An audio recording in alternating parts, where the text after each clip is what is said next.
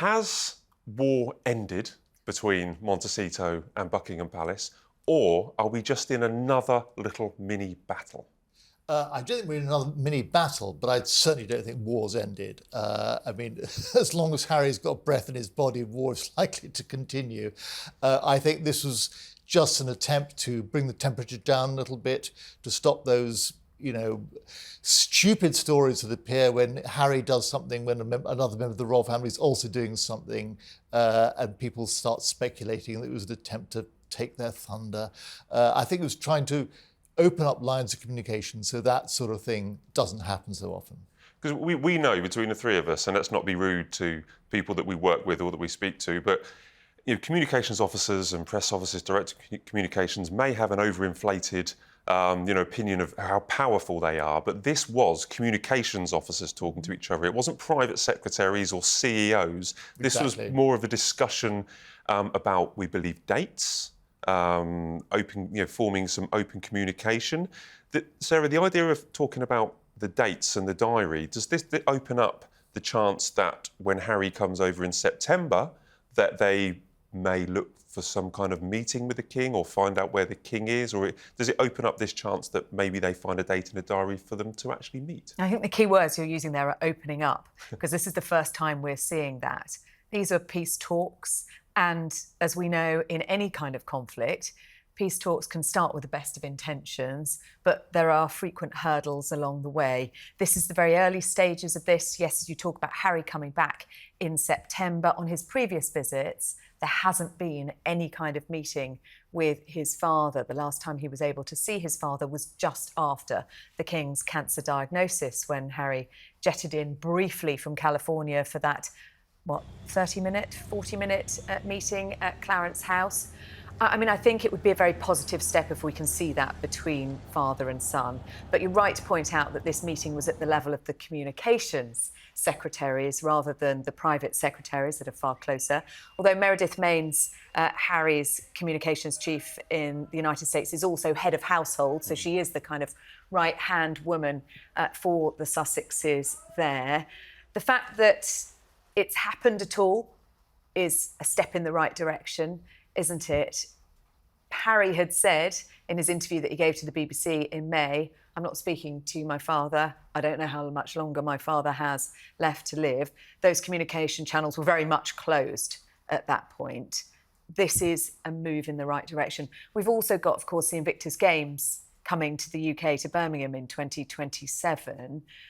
That is definitely a date in the future where I think we need to see some kind of rapprochement between them, because otherwise we're going to have some incredibly awkward optics going on. We've spoken in the past about invitations or potential invitations, and whether, the King and William and the Queen are maybe, in a little bit of trouble here about whether they accept the invitations, whether they actually attend, but that we're going to have to wait and, find out. So I think we've got 2 years. Anything can happen in 2 years. But Val, you know Harry. You reported on Harry for a long, long time before, he was off to Montecito. What do you think his game plan is here? Do you think, as Sarah pointed out, that his goal is to reconcile, or do you think there's something more than that? I'm not sure Harry is a person who's ever had a game plan in his life, but I do think he would like to reconcile. I think he is aware of the difficulties it makes for him, also the impersonal pain that it causes him. And I think he thinks it would also help his reputation. But I think that's a kind of a third level of consideration. I think the personal ones are far more important. And he said publicly, for him to say publicly that he would like to reconcile with his family in that BBC interview after he lost the security court case was very significant. So, I think anyone would. It continues to cause pain, this rift in the family. And, Harry is a kind of very empathetic guy, feels things very strongly. And I think he'd like to remove that source of pain. And I think two things that Val picked up on there, that losing the Court of Appeal case is significant because that marks the end of that battle with the Home Office over his security. That then makes it easier for the King to enter into dialogue with his son without being seen to be compromised. But also, he really does want to have that reconciliation now. The tone had shifted in that interview in the BBC from Harry demanding an apology from his family and saying it hasn't been forthcoming to actually talking about the fact that he thinks they probably won't forgive him. Certain members of the family won't forgive him. And I think that tone is very notable and perhaps makes it slightly easier for some kind of initial dialogue to begin. Well, they were telling us, well, we understand that it's about getting rid of the conflict, and there's been a lot of conflict over the last couple of years, right?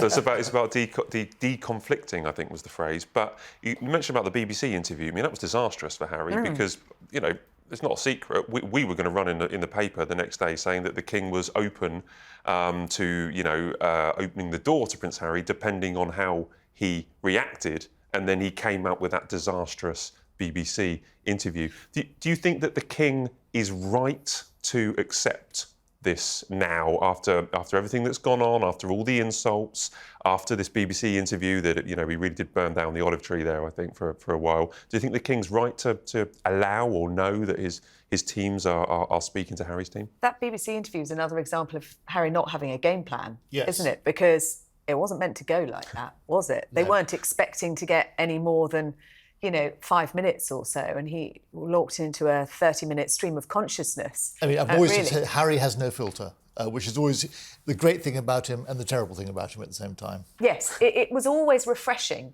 wasn't it, when things were going well. But of course now, and when you're on the other side and you're in a war with your family, that stream of consciousness, that lack of filter, has proved disastrous for family relations. So can the King trust him? I mean, this is an offer of friendship. Should the King, if he doesn't have this filter and he has been guilty of lobbing insults and revealing secrets about the family in the past, should he accept this offer of friendship? Well, I mean, I think that Harry is not Machiavellian.